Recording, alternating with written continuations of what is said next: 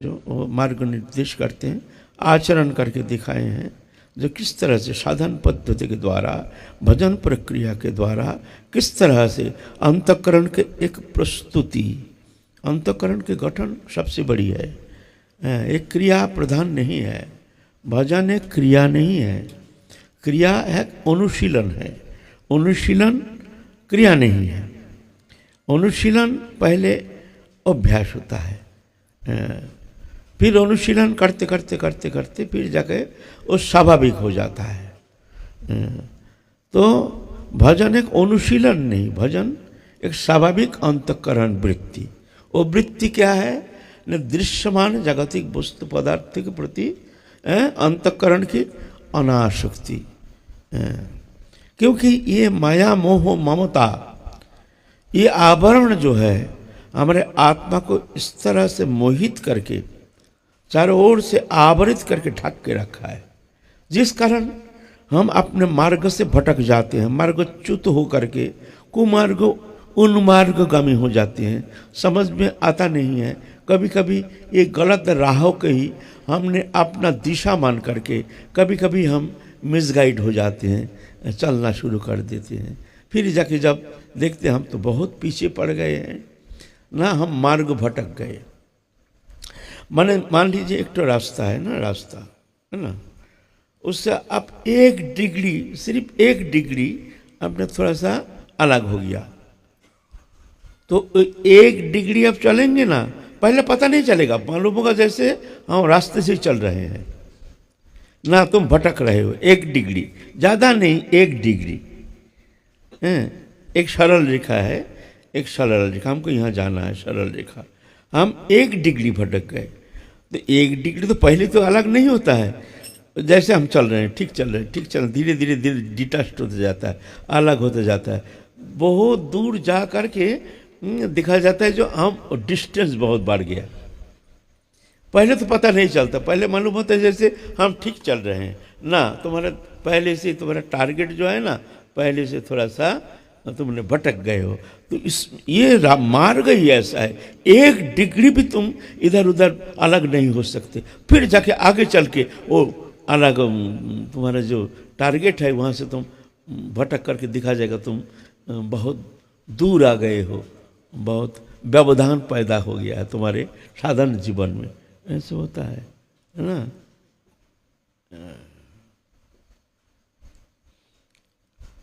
कभी कभी है, ऐसे भी होता है। हमारे पास एक भक्त आया था, पहले बहुत पहले प्रेम सरोवर में रहते थे, हमको गुरु बुद्धि करते थे, बम्बई से आया, इस्कॉन मंदिर से दीक्षा लिया, दीक्षा लेकर के अच्छा कीर्तन करता था, हरि नाम करता था, हमारे गाइडेंस में, गाइडेंस लेने के लिए वो हमारे सान्निध्य में बहुत आने के लिए प्रयत्न करता था। हम भी उसको यथासंभव हमने कोशिश करते थे, जैसे महाप्रभु के आचरित पंथा जो है, भक्ति मार्ग जो है, उस मार्ग में ठीक ठीक चलने के लिए प्रयत्न करना चाहिए। अल्प उम्र, नवीन उम्र, देखने में सुंदर, एकदम नवीन उम्र, बस किसी जोगी नशी उनके पल्ले में पड़ गया। उनके उनमें सिखाया जो ये होता है, ये होता है, ये दर्शन होता है, वो दर्शन होता है, ज्योति दर्शन होता है, फिर माने नाद श्रवण होता है, नाना प्रकार योग मार्ग में ऐसे बहुत कुछ हमको होता है, ऐसे बात नहीं है, होता है, लेकिन वो सब कुछ नहीं है। फिर जाकर के अलौकिक शक्ति, अलौकिक शक्ति, कुछ योग विभूति ये भी प्राप्त करना, साधन करो तो ये बड़ी बात नहीं है, खूब बड़ी बात नहीं है योग साधना के द्वारा जो को अलौकिक शक्ति प्राप्त करना। जैसे वाक सिद्धि, कुछ नहीं, वाक सिद्धि करने के लिए आप 1 साल अखंड ब्रह्मचर्य और झूठ, एक भी झूठ नहीं होना चाहिए, शब्द के द्वारा, वाणी के द्वारा तुम एक भी शब्द तुम्हारे मुख से झूठ शब्द नहीं होना चाहिए। 1 साल में तुम वाक सिद्ध हो जाए, तुम जिसको जो कहोगे वही होगा, ऐसे हो जाएगा। तुम्हारी ये शक्ति सब में है, ये नहीं जो ये शक्ति ऊपर से आती है, ऐसा बात नहीं है। ये सिद्धियां ऊपर से आती, ऐसे बात नहीं है। हमारे भीतर अनंत शक्ति का स्रोत हमारे भीतर है, प्रभु ने दे दिया है बीज रूप में। जैसे एक छोटा सा बरगद के बीज देखने में इतना छोटा सा, लेकिन अणुवीक्षण यंत्र के द्वारा भी तुम तोड़ मरोड़ के उसको कुछ तुमको दिखेगा नहीं, लेकिन उसके अंदर विशाल एक वृक्ष छुपा हुआ है, विशाल वृक्ष।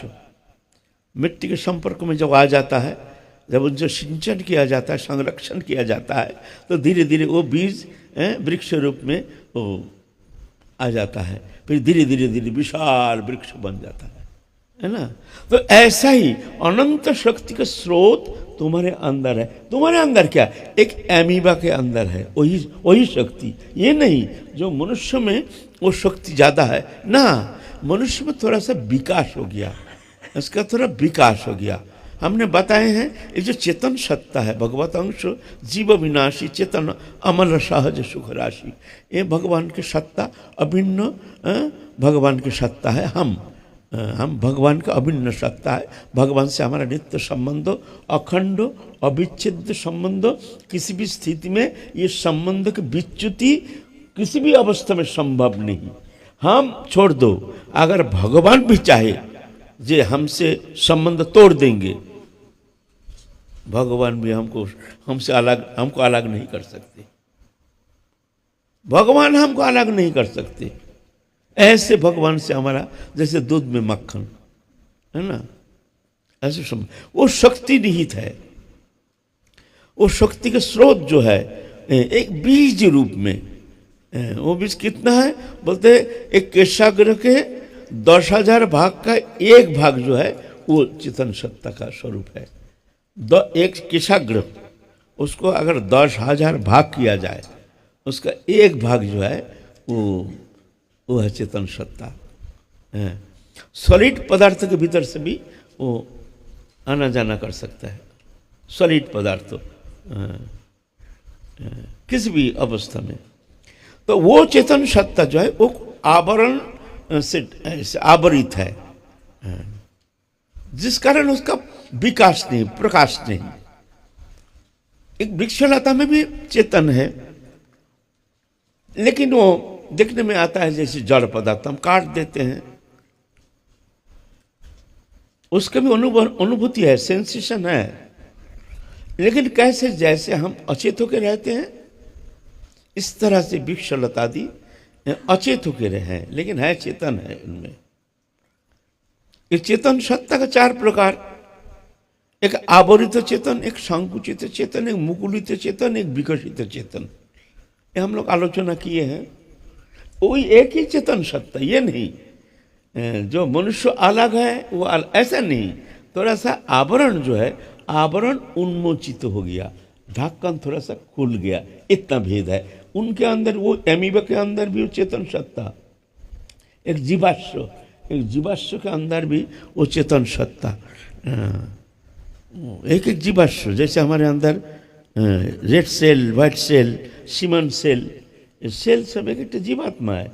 वो जीवात्मा ही देखो कितना शरीर बन के आ जाता है। मातृ जठर में एक सेल जाता है, वो सेल कुछ नहीं, और वही माँ के जो खाते हैं, माँ जो खाते हैं उसके से एक रस जा करके उसके भीतर से उसके साथ अटैच्ड रहता है, जो जा करके उसको शरीर बनता है। शरीर बनता है, ये माँ के देन है।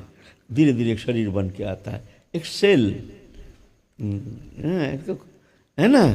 तो ये सेल है, आवरित तो चेतन है, जैसे मान लो वृक्षलता आदि है। फिर संकुचित चेतन है, जैसे कीड़ा मकोड़ा आदि, थोड़ा सा विकास हुआ है चेतन सत्ता का, वो उड़ता है, चलता है, फिरता है, खाता है, थोड़ा सा विकास। फिर मुकुलित चेतन, और विकास हुआ है, जैसे गाय भैंस बंदर आदि, अब बहुत विकास हो गया है। अब मनुष्य है कैसे, वो वही चेतन सत्ता, ये नहीं जो अलग चेतन सत्ता, ये अलग चेतन सत्ता, उनमें शक्ति कम है, इनमें शक्ति ज़्यादा है, ऐसा बात नहीं है। बस वो आवरित है, ये थोड़ा उन्मोचित हो गया। मनुष्य है एक खिल गया, एक कली है, कली अब खिल गया, विकसित चेतन अब विकास हो गया, इतना ही फर्क है।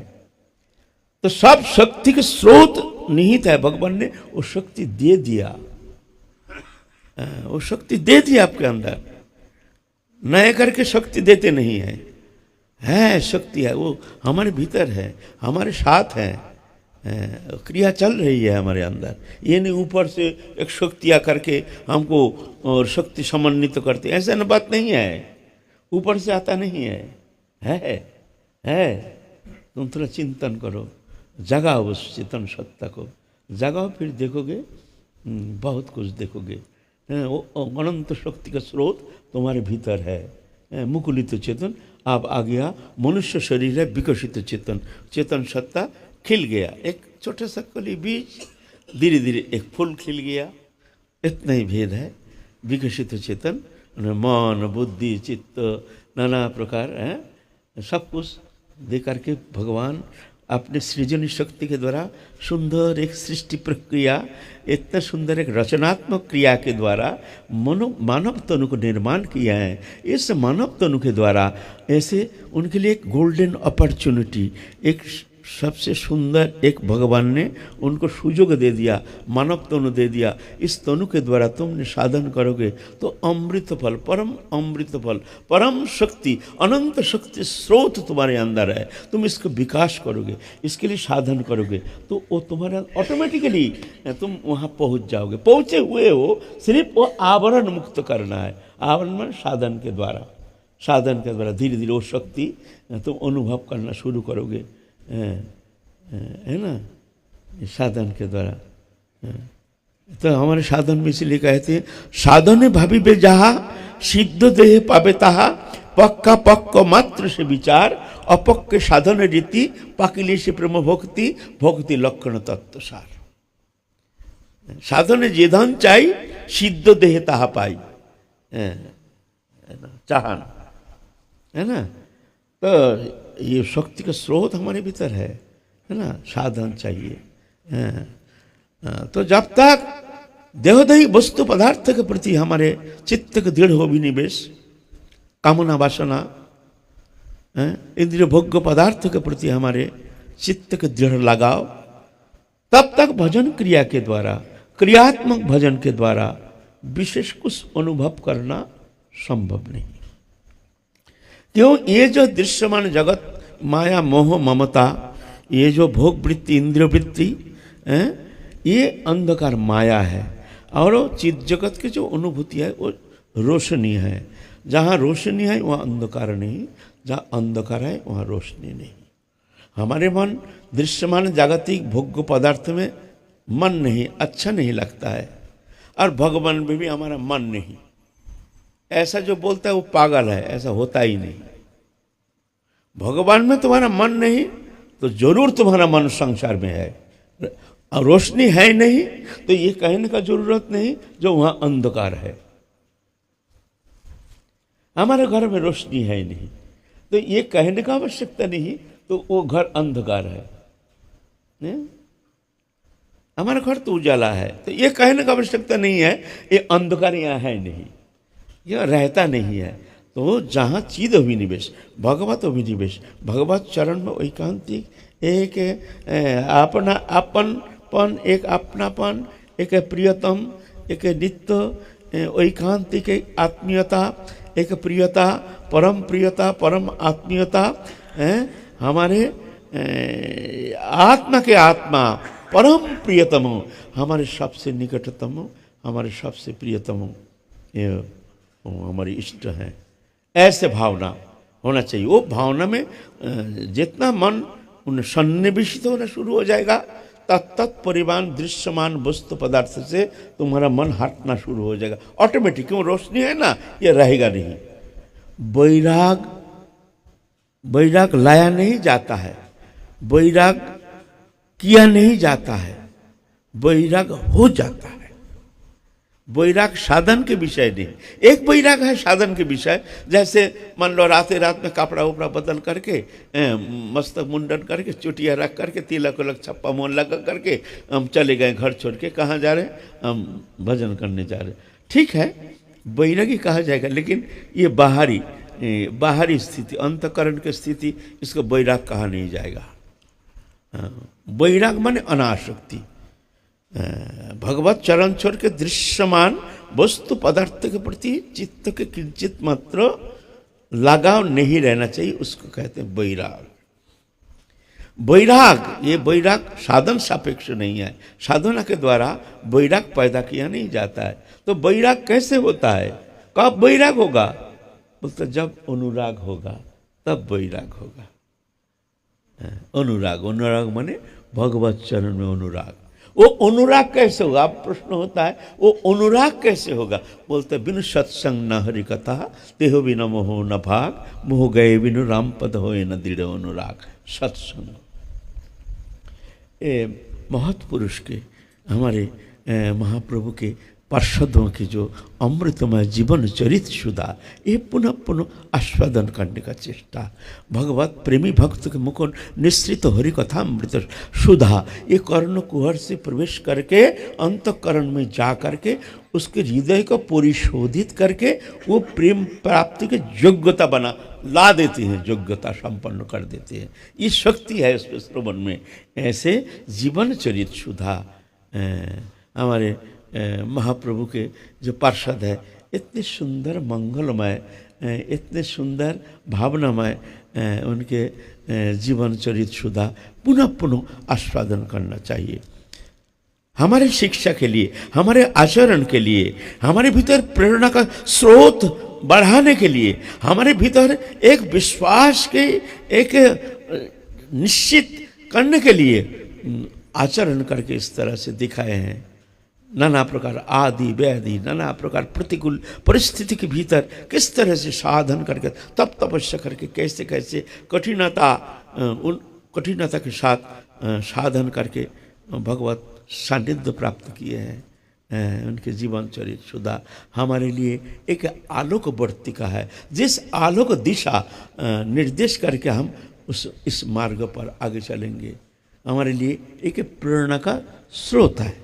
हरि कथा अमृत सुधा, भक्त कथा, हमारे प्रेमी भक्त के कथा, महाप्रभु के प्रेमी भक्त के कथा, अमृतमय कथा। ये कथा अमृतमय जो भौतिक जीवन में उसके भीतर वो भक्ति के स्रोत बहा देते हैं, स्रोत बहाने में समर्थ है ना। तो आज हमारे आज जो आलोच्य विषय है, महाप्रभु के पार्षद अद्वैताचार्य प्रभु, उनके सहधर्मिणी सीता ठाकुरानी, माता सीता ठाकुरानी, उनके जीवन चरित सुधा किंचित आस्वादन करेंगे। सीता ठाकुरानी माता यह है जोगमाया, आद्याशक्ति जोगमाया, लीला शक्ति। जो दिव्य वृंदावन में जो लीला शक्ति अघटन घटन पटियोशी, वो है director plus producer. Jogmaya, Jogmaya कौन है, वृंदावन में लीला प्रकट करते हैं ना, पहले तो प्रोड्यूसर भी है डायरेक्टर भी है। उनकी भूमिका एक वृद्धा, कुछ जानते नहीं, तपस्विनी वृद्धा है, ये नाटक करते हैं, पूरा लीला रचना करते हैं। और वो शक्ति अघटन घटन पटियोशी शक्ति, जो कि जुगल किशोर को मोहित करके और उनको इस तरह से भुला करके भगवान विस्मृति हो जाते। भगवान कभी विस्मृति होती है भगवान में? सर्वज्ञ भगवान है, भगवान सर्वज्ञ है, भगवान अल्पज्ञ थोड़ी है। अल्पज्ञ हम है, अल्पज्ञ माने हम कुछ जानते नहीं, भूत भविष्य वर्तमान कुछ जानते नहीं।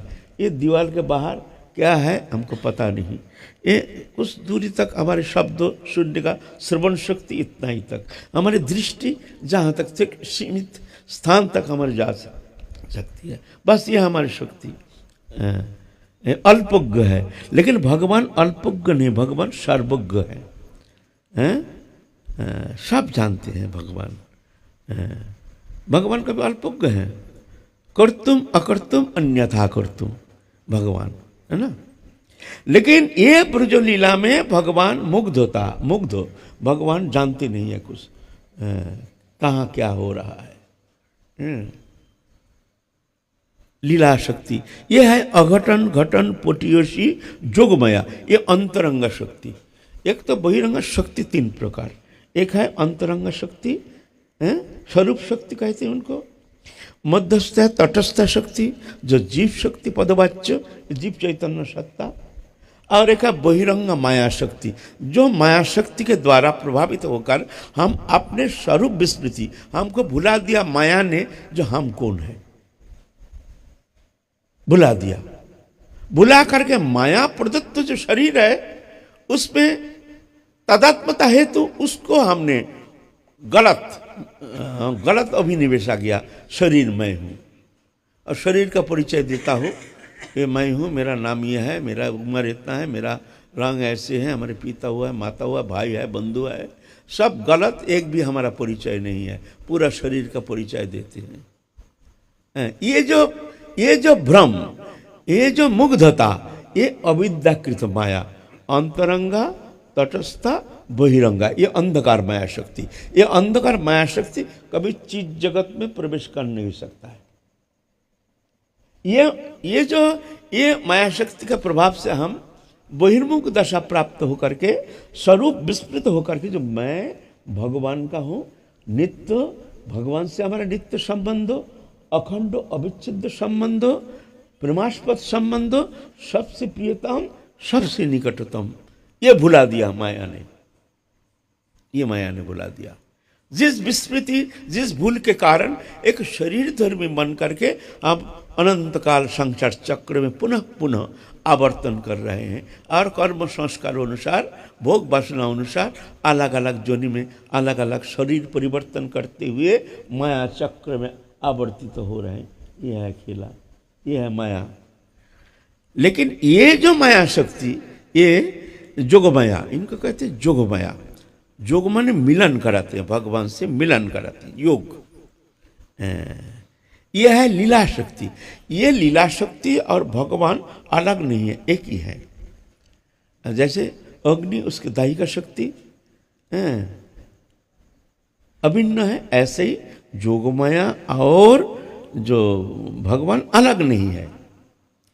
लीला शक्ति अपने ही अंतरंग शक्ति के द्वारा खुद ही आवरित होकर के आप ये लीला प्रकटन करके एक मुग्धता स्वीकार करके ये लीला प्रकटन करते। नरो लीलावत कोई बल्लम, साधारण मनुष्य जैसे, मनुष्य जानते नहीं है मैं कौन हूँ, कहाँ से आया हूँ, मेरा कौन है, मेरा ऐसे विस्मृति, भगवान भी ऐसे ही।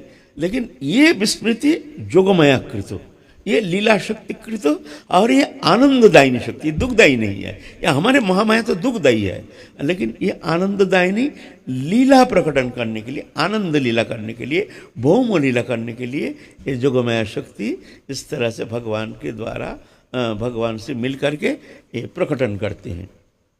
नाहं प्रकाश सर्वस्व जोगमाया समावृता मूढ़ो अयं न विजानाति लोक मम अजम अव्ययम। नाहं प्रकाश सर्वस्व जोगमाया समावृता, मैं जोगमाया के द्वारा समावृत रहने का कारण मेरी जो ये लीला साधारण मनुष्य जान नहीं पाता है। मूढ़ो अयं न विजानाति, मूढ़ो व्यक्ति। मूढ़ो व्यक्ति किसे कहते हैं? मूढ़ो माने जो शरीर को मान लिया मैं हूँ, शरीर संबंधी वस्तु मेरा है, भगवान कौन है जानते नहीं, मानते नहीं, बस संसार में ही मोहित होकर चक्कर लगा रहे हैं 84 लाख जन्म में, इसको कहते हैं मूढ़ो। और जो जान गए हैं शरीर मैं नहीं, शरीर संबंधी वस्तु मेरा नहीं, एकमात्र हमारे इष्ट राधा रानी बोलो, हमारे कृष्ण गोविंदो, उनसे हमारे नित्य संबंध है, ऐसे बोध जिसका हो गया उसको कहते अमूढ़ो। तो ये मूढ़ो व्यक्ति जान नहीं सकता है हमको, मूढ़ो है न भी जान आती। अजो भीषण अव्ययात्मा भूतानाम ईश्वर भीषण प्रकृति की समधिष्ठाय संभवामी आत्ममाया। आत्ममाया माने ये जोगमाया, जोगमाया समावृता। जोगमाया को आश्रय करके भगवान ये नवरत्न धारण करके लीला करते हैं। ये जोगमाया शक्ति लीला रचना करते हैं। किस तरह से भगवान लीला करेंगे, कौन कुंज में आज विहार करेंगे, ये जो लीला ये जोगमाया करती है। भगवान जानते नहीं है, साक्षात पूर्ण ब्रह्म सनातन अखिल रसामृत सिंधु जानते नहीं है आज किस कुंज में आज मिलन कराएंगे जोगमाया, मुग्धता। राधारानी भी जानती नहीं है आज श्याम सुंदर से कहाँ मिलेंगे, कौन कुंज में। उधर हा कृष्ण हा गोविंदो कह करके राधारानी पागलिनी प्राय होकर के मुग्धा चित्ता, कृष्ण समर्पिता, कृष्णगत प्राणा, अखंड आनंदमयी, देखो कृष्ण विरह में रो रहे हैं। क्यों? वो तो भगवान है।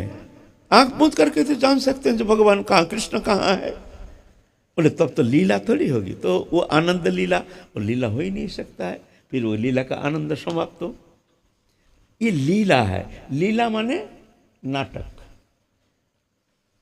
नाटक जैसे राजा एक चोर का भूमिका लेकर के राजा नाटक कर रहा है, राजा है लेकिन एक नाटक में, नाट्य अनुष्ठान में अपने को चोर का एक, तो जो देखते हैं श्रोता जो है वो बड़ा आनंद लगता है। बड़े देखो राजा कितने सुंदर चोर बन के कैसे लीला कर रहे हैं। हमारे अनंत कोटि वैकुंठ नायक गोविंद भी देखो ब्रजलीला भी चोरी करते हैं।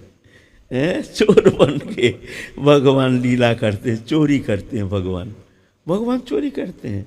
चोरी किसको किया है? चोरी किसको कहते हैं? दूसरा का वस्तु बिना पूछे लेने से उसको चोरी कहा जाता है। तो भगवान किसका चोरी करेंगे? उसका तो दूसरा कोई वस्तु है ही नहीं। दृश्यमान समस्ती जो वस्तु पदार्थ तो सब तो उन्हीं का ही है। मत्तः परतरंग नान्यत् किंचिदस्ति धनंजय, हमसे पड़े कोई तत्व है ही नहीं। अहं सर्वस्व प्रभव मत्त सर्वं प्रवर्तते इति मत्त भजन्ते मां बुधा भाव समन्विता। पड़े कुछ वस्तु है ही नहीं, मैं ही हूँ। तो चोरी किसने, किसका चोरी किया है? भगवान ने ना। ये भगवान का आनंद लीला। अगर ब्रजलीला में कृष्ण अगर चोरी नहीं करते ना तो ब्रजलीला फीका पड़ जाता। कृष्ण लीला का कोई चमत्कृति रहता ही नहीं है, रहता ही नहीं। तो यह आनंद सब समाप्त हो जाता। गोपियों को आनंद वर्धन के लिए गोपियों के साथ एक अद्भुत एक आनंद लीला, परम आत्मीयता, इस तरह से आनंद लीला प्रकटन के लिए भगवान इस तरह से चोरी लीला किया है। रास लीला, बहुत स्त्रियों के साथ रास किए हैं। तो व्यभिचार दोष आ जाता है। मतलब भगवान का ममई अंश जीवों के जीवो तो सनातन, सब मेरा ही अंश है, वो अलग थोड़ी है। पर स्त्री, पर शब्द कहाँ से आया है? उन्हीं का ही सत्ता, भगवान का ही सत्ता है। सर्वजोनिषिकों तो मूर्त है संभवंती जा तासंग ब्रह्म महज्जनिर अहं बीज प्रदपिता। समस्त जोनियों में जो जीव पैदा होती है, मूर्तय, मूर्त माने शरीर, मूर्ति, मूर्तय संभवंती, मूर्त माने शरीर बनता है। तो ये प्रकृति उसके मातृस्थानीय अहं बीज प्रदपिता, मैं गर्भाधान करता हूँ, बीज निक्षेप करता हूँ, फिर जाके इस शरीर बन के जीव जगत रचना करके एक अहं बहुश्याम प्रजायो, हम बहु बन के खेलेंगे। तो यहाँ पर शब्द आता कहाँ से? पर स्त्री शब्द बताओ ना। भगवान में ये दोष लगता ही नहीं है। जो कहते मूर्ख है, जानते नहीं है, गंवार है, कोई ज्ञान नहीं है, लेकिन तर्क करेंगे। जानते ही नहीं भगवत तत्व, पर तत्व विषय। भगवान तो ये अपने स्वरूप के साथ, अपने ही अंश के साथ, अंश अंशी भगवान इस तरह से आनंद लीला वर्धन के लिए भक्तों को आनंद प्रदान करते, स्वयं भी आनंद प्राप्त करते हैं, है ना। तो ये है जोगमाया। जोगमाया के द्वारा भगवान लीला शक्ति के द्वारा ये ब्रज लीला प्रकटन करके और मोहित करके लीला रस आस्वादन कराते हैं। वो जोगमाया है ये अद्वैताचार्य गृहिणी सीता माता ठाकुरानी। सीता माता के पिता का नाम है नृसिंह भादुरी। नृसिंह भादुरी एक परम पंडित, एक संभ्रांत कुलीन ब्राह्मण है, अच्छा कुल में जन्म लिए हैं, संभ्रांत परिवार, प्रतिदिन भगवत उपासना करते हैं। उनके घर के सामने ही एक तालाब जैसे था, बड़ा सा एक झील जैसे था, उसमें बहुत सारे कमल खिलता था, कमल। प्रतिदिन उस झील में जाकर के सुंदर सुंदर कमल फूल तोड़ के लाते थे और बड़े प्रेम से अर्चना करते थे।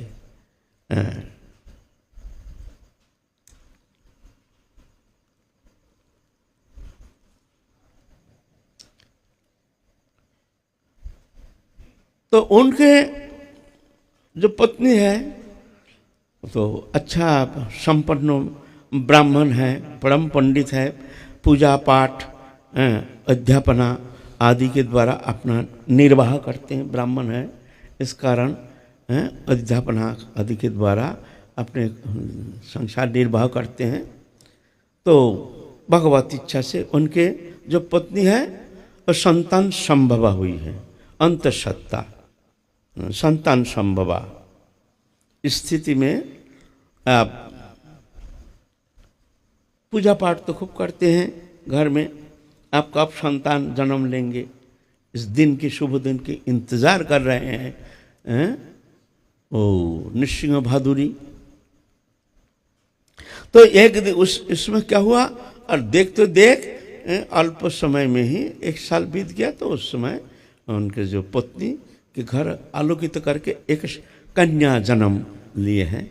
एक कन्या अति सुकन्या, अति सुंदर, देखने में बड़ी सुंदर, दिव्या, जो दिव्य लोक से आए हैं, ऐसे बड़े प्रसन्न है नृसिंह भादुड़ी जो उनके घर में ऐसे एक संतान आए हैं। तो बड़े आनंद से ठाकुर जी के सेवा करते हैं, पूजा करते हैं। एक दिन वो जो झील है वहाँ बहुत सारे सुंदर कमल खिले हुए हैं, कमल खिले हुए हैं। तो पूजा के लिए कमल संग्रह करने के लिए गए तो देखते एक कमल फूल के अंदर एक अंगुष्ठ परिमाण एक कन्या स्वरूपिणी, एक कन्या, मनुष्य कन्या, बहुत सुंदर दिव्य, जैसे होना चाहिए ऐसे ही है, लेकिन एक अंगुष्ठ परिमाण, इतना छोटी। अरे ये तो बड़े अद्भुत। और वो रो रहे हैं, हाथ पाँव फेंक रहे हैं, छोटी सी, इतनी छोटी सी कन्या।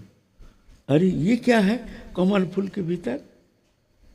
अब क्या करें भाई, इतनी छोटी तो कभी कोई सुना भी नहीं है। तो इतनी छोटी सी एक कन्या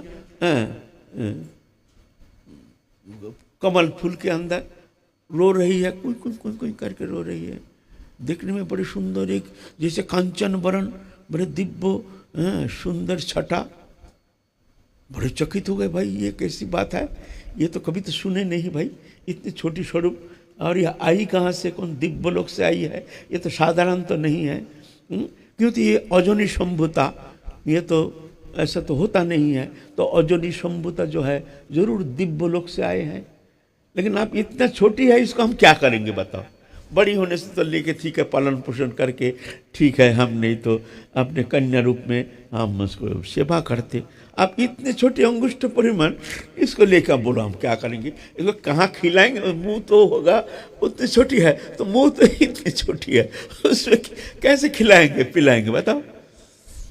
ठीक है, आप प्रभु की इच्छा जान करके कमल को लेके आए हैं। उनके पत्नी के बगल में सद्य प्रसूता जो कन्या है, वो कन्या तो जन्म लेके गोदी में है। तो आके कहते हैं पत्नी को, देखो ऐसे ऐसे ऐसे हमको मिल गया है एक कन्या, लेकिन ये कन्या ये क्या करें बताओ। न सेवा कर सकते हैं, न फेंक सकते हैं, न कुछ कर सकते हैं, इतने छोटी क्या करें। तो क्या करें, तब ठाकुर जी के चरण में जा कर के फूल तुलसी दे करके प्रार्थना की है, हे देवी, हे मैया, तुम कौन हो, तुम जहाँ से भी आई हो, अगर तुम हमारे सेवा लेना चाहती हो तो हे माँ जननी, तुम स्वाभाविक स्वरूप में आ जाओ, हम तुम्हारी सेवा करेंगे।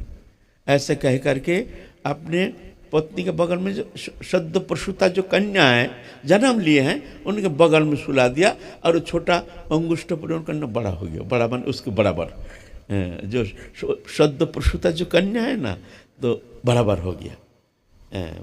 और बहुत सुंदर दिव्य, जैसे शरीर के गठन एक अद्भुत अपराकृत जगत के, जैसे नेत्र के जैसे सुंदर नेत्र है, नासिका है, अद्भुत सुंदर, अनिंदा सुंदरी, दिव्य एक अचिंत जगत के जैसे एक सुंदर अद्भुत सृजन शक्ति के द्वारा जैसे भगवान ने रचना करके भेजे हैं हमारे पास, प्रसन्न हो गए हैं। नाम दिए हैं उनके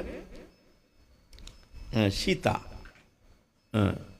और जो और एक कन्या जो पहले जन्म लिए वो श्री देवी,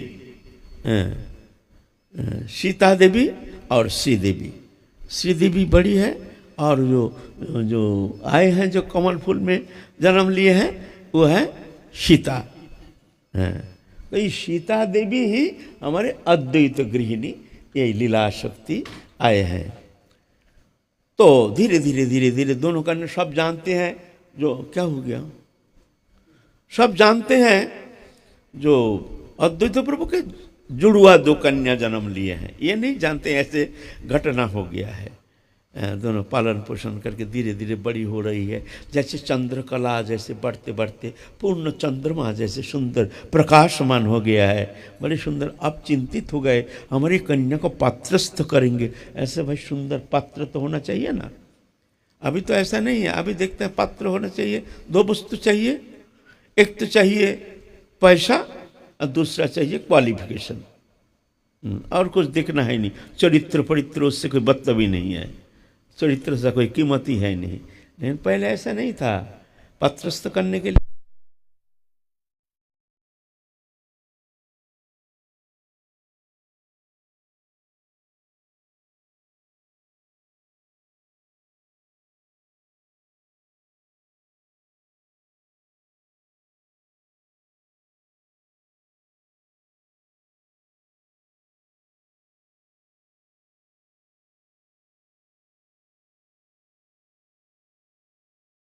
खान की आर्जव में बचा ब्रह्मचर्य अहिंसा ब्रह्म कर्म स्वभावसम।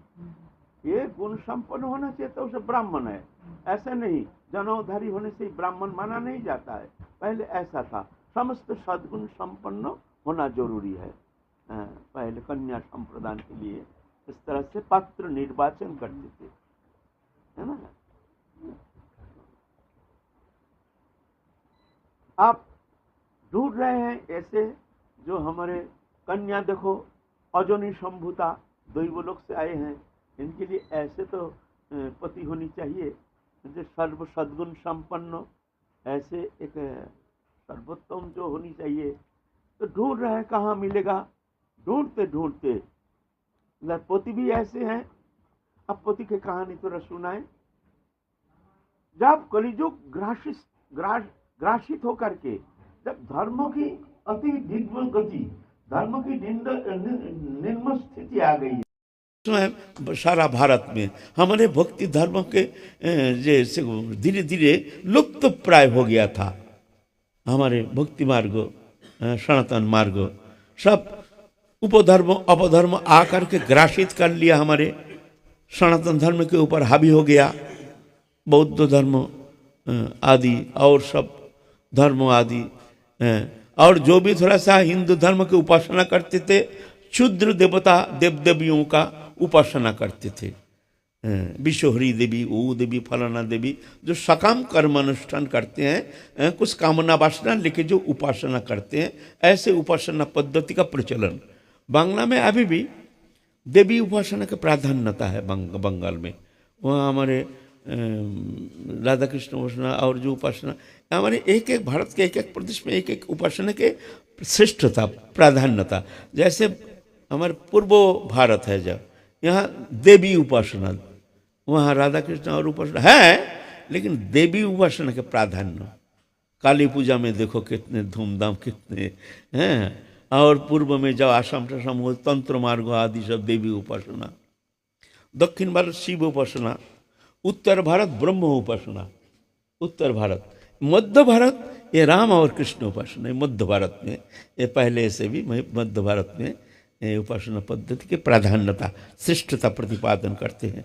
हमारे उत्तर भारत में इसलिए सब तीर्थ बड़े बड़े अच्छे जो हमारे सनातन धर्म भक्ति मार्ग में तीर्थ, जैसे अयोध्या धाम ये उत्तर प्रदेश, वृंदावन धाम उत्तर प्रदेश, काशीपुरी उत्तर प्रदेश, त्रिवेणी संगम उत्तर प्रदेश, हैं, मथुरापुरी उत्तर प्रदेश, हरिद्वार क्षेत्र उत्तर, पहले तो अभी तो उत्तराखंड हो गया।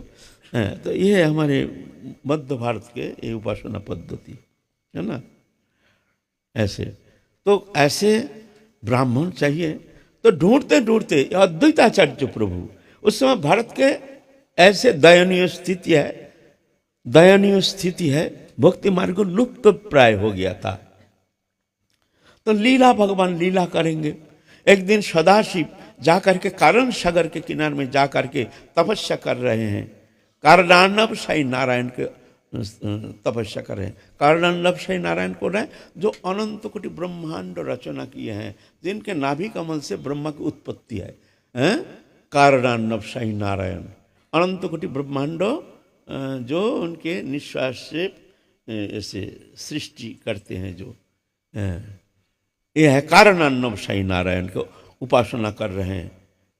हे नारायण प्रभु तुम आ जाओ, भारत के धर्मियों के जो ये दयनीय स्थिति है, तुम आ जाओ, तुम आकर के चलो वहाँ।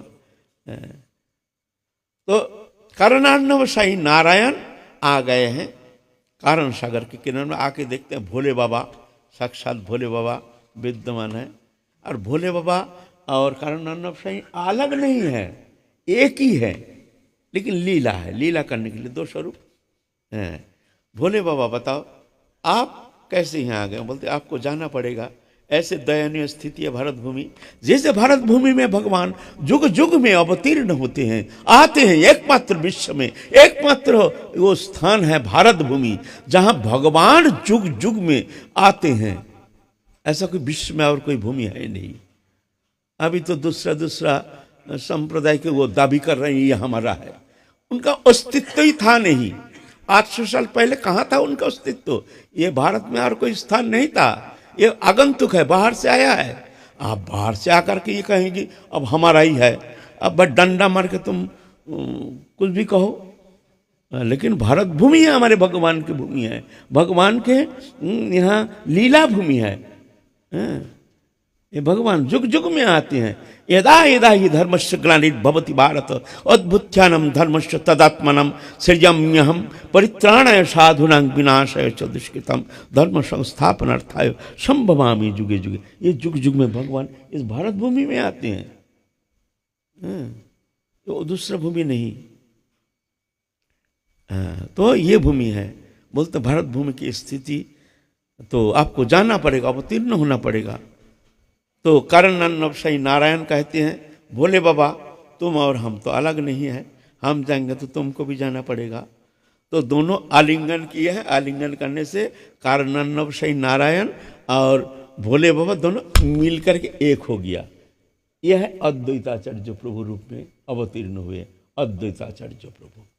जो अद्वैताचार्य प्रभु अश्रु प्रवाह के द्वारा और गंगा जल तुलसी के द्वारा रो रो करके भगवान को आह्वान करके गोलोक धाम से ले आए हैं धरित्री में। वो गोलोक के जो वो प्रेम, दिव्य प्रेम, निवृत्त निकुंजो विलास माधुरिमा का जो चरम निर्जास, राधा कृष्ण जुगल प्रेम माधुरिमा का जो चरम निर्जास, वो रस आस्वादन कराने के लिए इस कलि युग में कृष्ण चैतन्य महाप्रभु रूप में आए हैं, प्रदान करने के लिए। वो अद्वैत आचार्य प्रभु जो आह्वान करके लाए हैं इस धरित्री में, मजबूर किए हैं आने के लिए।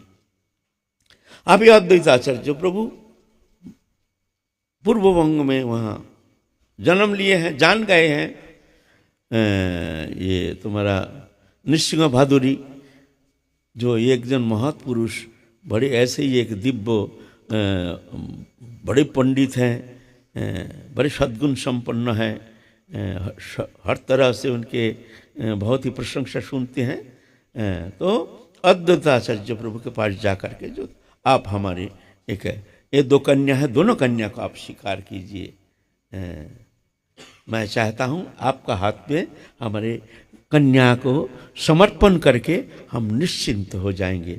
आप अस्वीकार नहीं करने। इस तरह से अद्वैत आचार्य प्रभु भी देखते हैं हमको तो गृहस्थ आश्रम रचना करके हमको तो आगे लीला करनी है, तो वो स्वीकार किए हैं दोनों को। सीता देवी और श्रीदेवी विवाह कार्य संपन्न करके फिर आए हैं। गंगा के किनारे में आकर के निवास कर रहे हैं।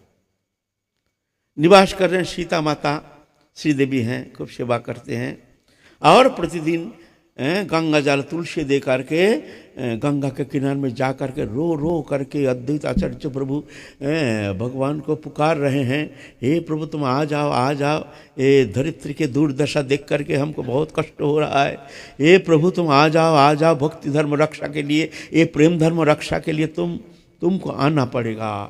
तो भगवान अद्वैत आचार्य प्रभु के ये क्रंदन और जल तुलसी देकर के इस तरह से खातर निवेदन जो भगवान अस्वीकार कर नहीं पाए। भगवान जो कृष्ण चैतन्य महाप्रभु फाल्गुनी पूर्णिमा ना, फाल्गुनी ना चैत्र पूर्णिमा, फाल्गुनी पूर्णिमा तो हैं फाल्गुनी पूर्णिमा जो गौर पूर्णिमा कहते हैं, उस पूर्णिमा तिथि में चारों ओर हरिध्वनि हरिनाम संकीर्तन में मुखरित तो खूब आनंद के लहर चारों ओर, जहाँ देखते हैं हरिनाम हरिनाम। अद्वैत आचार्य प्रभु जान गए हैं जो हमारे जो आराध्य देव आप अवतीर्ण हुए हैं, बड़े प्रसन्नता से नृत्य कर रहे हैं, कीर्तन कर रहे हैं।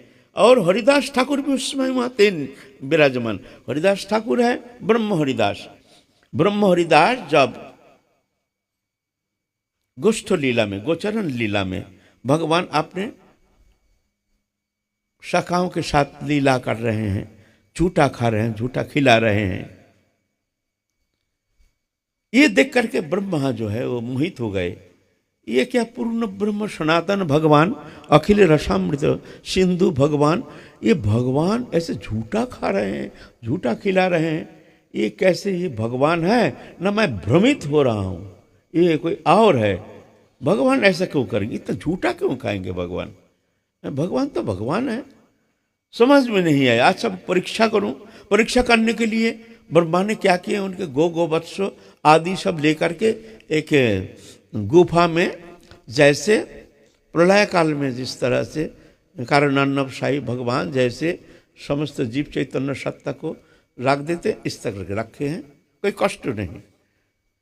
आके भगवान देखते हैं जो हमारे गोवत्स सब कहाँ चले गए, सब कहाँ चले गए। आंख मूंद के देखते हैं तो ब्रह्मा के करतूत है, तो अपने सच्चिदानंद स्वरूप से ऐसे ही गोप आदि गौवत्स आदि सब रचना करके भगवान फिर ऐसे लीला कर रहे हैं। ब्रह्मा आकर के देखते हैं तो वो लीला चल रही है। अरे हम तो अपहरण करके ले गए, तो ये कहाँ से आ गया? तो जाके गुफा में देखते हैं, नहीं ये तो ठीक है। आके देखते हैं ये भी ठीक है। तो कौन सही है? वो सही है ना, ये सही है। इसीलिए वही ब्रह्मा माने चौमा है ना, चतुर्मुख ब्रह्मा, चौमा कहते हैं अभी, चौमा। और सही ग्राम है, सही ग्राम वहीं रखे थे, तो ये सही है ना, ये सही है, उससे सही ग्राम हो गया। ऐसे सब गांव का नाम ऐसे ही हो गया। चौमा है ना, चतुर्मुख ब्रह्मा के काम है ऐसा। ब्रह्मा फिर घबरा गए हैं, जो अचिंत्य शक्ति है, फिर भगवान को स्तुति किए हैं। ब्रह्मा भगवान की स्तुति किए हैं, घबरा गए हैं। जानन्तु व जानन्तु किं भोक्त नामे प्रभु कायेन मनुष्य बाचा भैभवं तप गोचरा। हे प्रभु, जो कहते हैं तुमको हम जानते हैं उसको जानने दीजिए, लेकिन मैं कहता हूँ ब्रह्मा, हम तुम्हारी लीला के किंचित मात्र जान नहीं पाए। ब्रह्म मोहन लीला, वही ब्रह्मा गोवत्स आदि का अपहरण करने का कारण अपराध हो गया। अपराध के कारण भगवान लीला करेंगे, तुमको भी हमारे साथ जाना पड़ेगा। वो ब्रह्म हरिदास, वो हरिदास बन के हैं। उन गोवत्स हरण के कारण वो जवन कुल में आना पड़ा।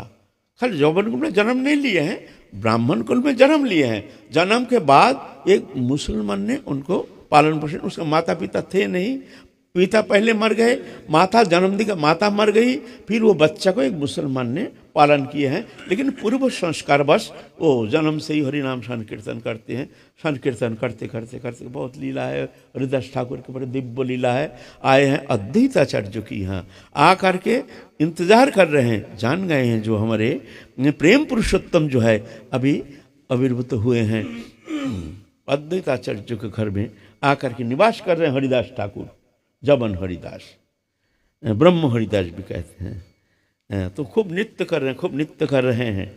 इधर सीता माता भी जान गए हैं, जो अब आए हैं प्रभु आए, वो तो साक्षात जोगमाया। तो सीता माया, सीता माता नाना उपढौकन लेकर के, सोने का बलय, कंगन आदि अलंकार आदि लेकर के बड़े सुंदर गए हैं उधर शची माता के पास। शची माता से उनके बहुत सख्य भाव, सहेली है, परम प्रेमी सहेली। जाते हुए रहे, उनके साथ रह करके बहुत आनंद किए।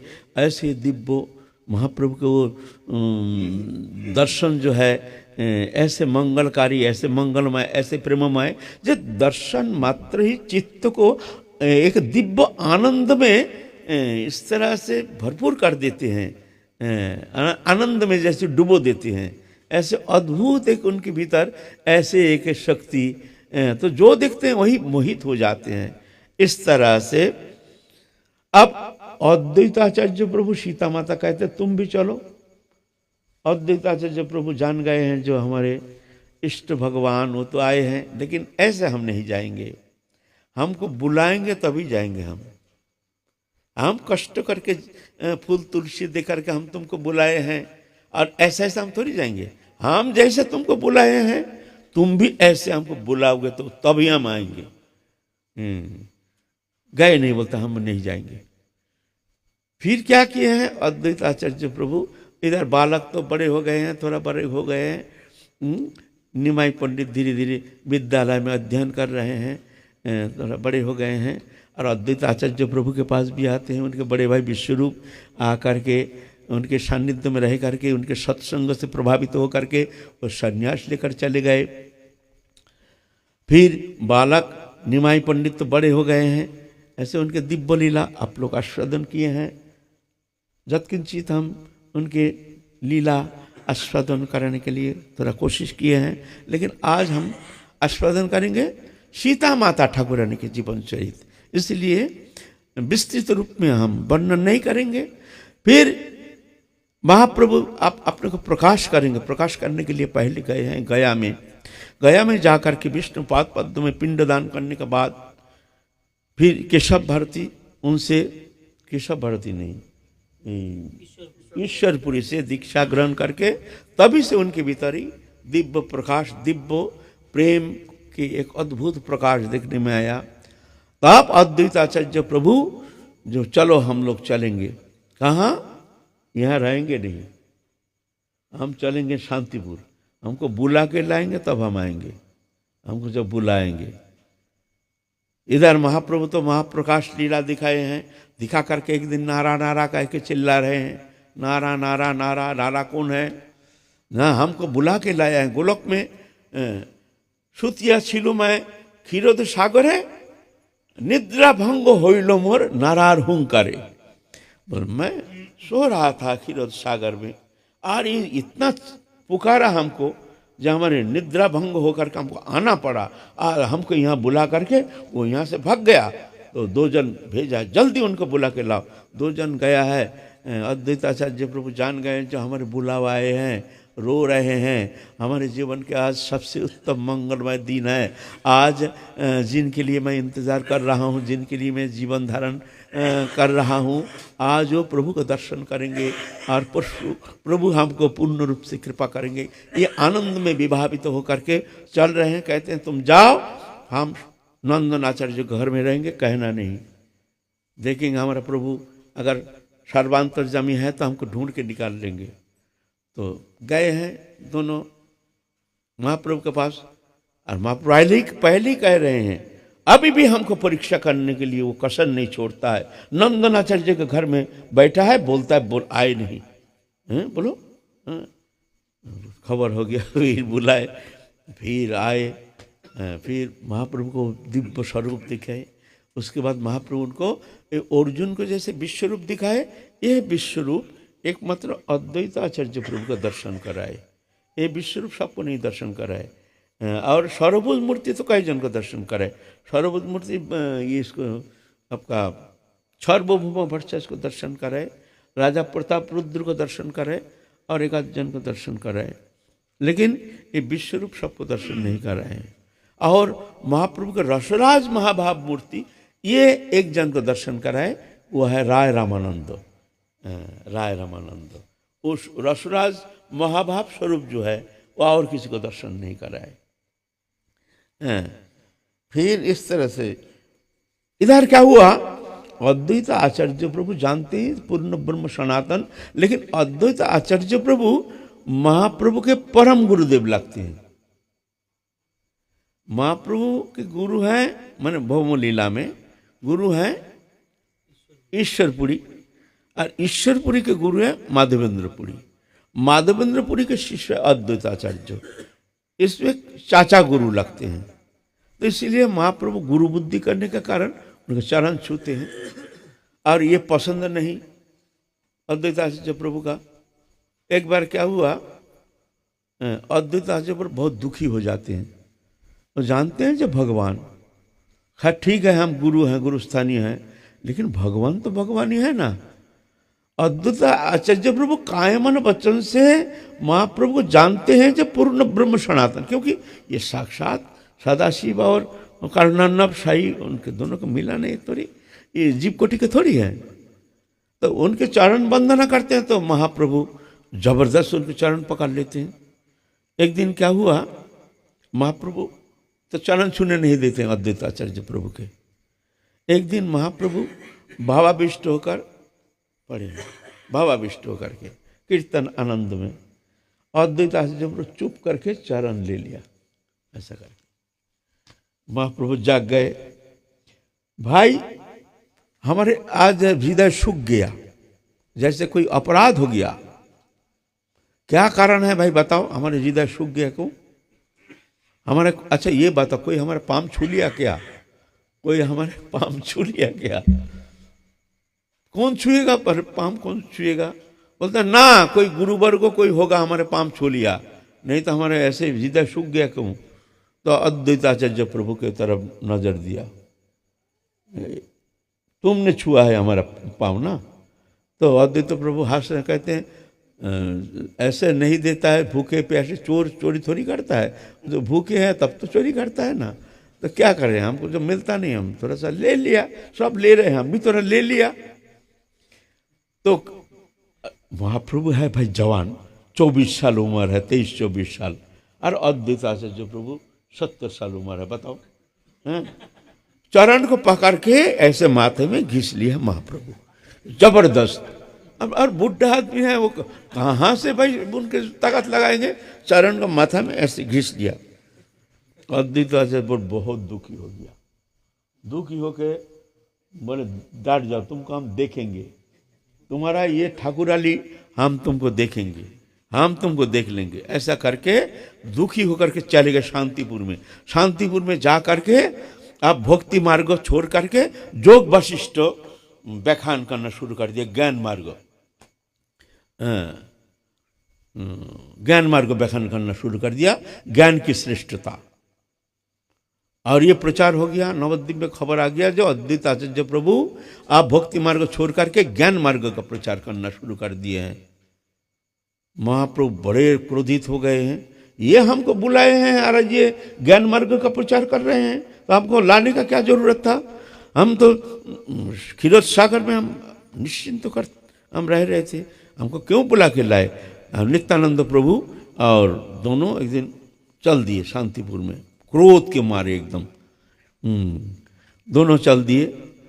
चलते चलते चलते चलते अद्वैत आचार्य के घर वहाँ पहुँच गए। अद्वैत आचार्य प्रभु तो उस समय बड़े प्रेम से अपने शिष्यों को, अपने बेटाओं को ज्ञान मार्ग का प्रचार करते। ज्ञान मार्ग, ज्ञान श्रेष्ठ है, ज्ञान है चक्षु और भक्ति है दर्पण।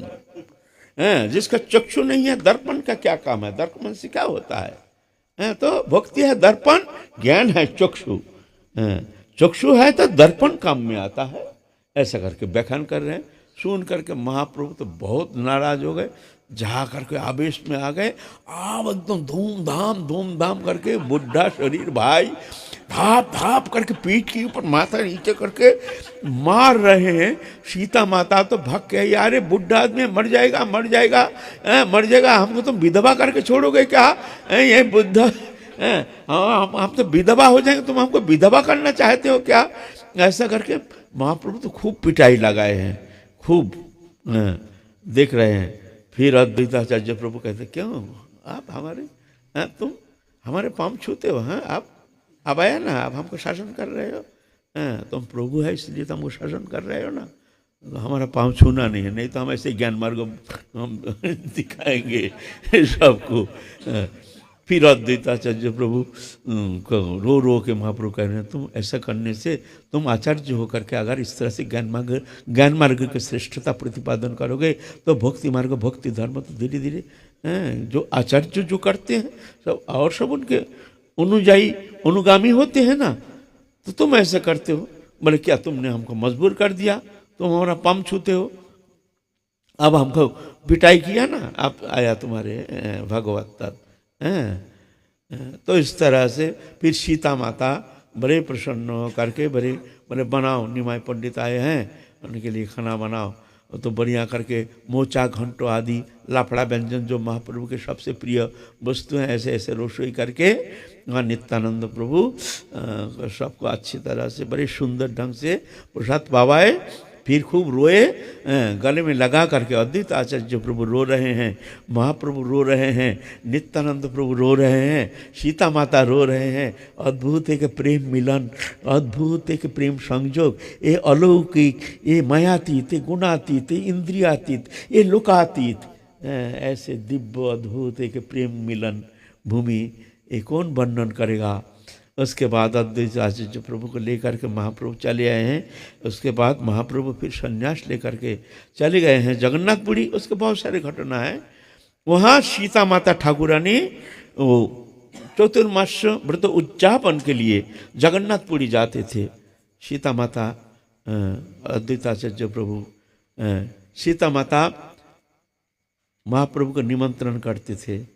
महाप्रभु जो पसंदीदा वस्तु रसोई करके खिलाने में बड़े मातृ जैसे माँ जैसे बच्चा को खिला के बड़े आनंद प्राप्त करते हैं। ऐसा ही सीता माता भी महाप्रभु को बैठा करके अपने पुत्रवत इस तरह से खिलाते थे। बड़े प्रसन्नता ऐसे बड़े आनंद से वहाँ चतुर्मास उद्यापन करके फिर चले आते हैं। उसके बाद महाप्रभु तो ज़्यादा दिन तो नहीं रहे। जगन्नाथपुरी जाने का बाद 24 साल में जगन्नाथपुरी गए हैं। 6 साल गमनागमन, कभी दक्षिण भारत कभी वृंदावन, और 18 साल गंभीरा में महाप्रभु नित्य लीला में राधा विरह विधुरा ऐसे भावना में ऐसे निमग्न हो गए, शोधबूत रहे नहीं महाप्रभु का। फिर महाप्रभु तो 48 साल उम्र में जगन्नाथपुरी में नित्य लीला में प्रवेश कर गए, जगन्नाथ में विलीन हो गए। उसके बाद उनके विरह में ऐसे अंतर्मना हो गए अद्वैत आचार्य प्रभु, सीता माता ठाकुरानी, उसके बाद सीता माता ठाकुरानी आदि, ये भी उनके चले जाने के कुछ साल बाद ही अद्वैत आचार्य प्रभु एक दिन सबको निमंत्रण किए हैं। पहले नित्यानंद प्रभु निमंत्रण किए हैं। नित्यानंद प्रभु सबको बुलाए हैं। कहाँ? खड़दा में सबको बुलाए हैं। बहुत कीर्तन समारोह। फिर नित्यानंद प्रभु वहाँ मदन श्याम सुंदर मंदिर प्रांगण में खड़े होकर के सबको ऐसे हाथ दिखाए, ऐसे इस तरह से। कहीं जैसे हम लोग चले जाते हैं ना, जाते समय जैसे सियाप करते हैं, सियाप माने जा रहे हैं, ऐसे नित्यानंद प्रभु मंदिर प्रांगण में आकर के सब कीर्तन कर रहे हैं, ऐसे सियाप कर रहे हैं। जैसे विदाई के समय हाथ हिलाते हैं ना, ऐसे नित्यानंद हाथ हिला के मंदिर में प्रवेश कर गए। सब जानते हैं भीतर गए हैं, दरजा खोल के देखते हैं नित्यानंद प्रभु श्याम सुंदर में विलीन हो गए और चिर विलय, फिर आए नहीं। उसके कुछ दिन पीछे ही अद्वैत आचार्य प्रभु से रहा नहीं गया। अद्वैत आचार्य प्रभु शांतिपुर में इस तरह से आपने मदन गोपाल सबको बुलाए हैं, आओ कीर्तन समारोह में आओ, सबको कीर्तन करो। कीर्तन करने के लिए समस्त भक्त मंडली महाप्रभु के जितना पूर्वा पर जितना पार्षद सब आए, आकर के कीर्तन में समारोह में इस तरह से आनंद में निमग्न हो गए। इस तरह से नित्यानंद प्रभु जैसे अद्वैत आचार्य प्रभु की सबको विदाई संभाषण दे करके मदन गोपाल मंदिर में प्रवेश कर गए।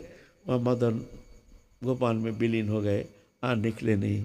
और सीता माता ठाकुरानी भी फिर इस तरह से नित्य लीला में प्रवेश कर गए।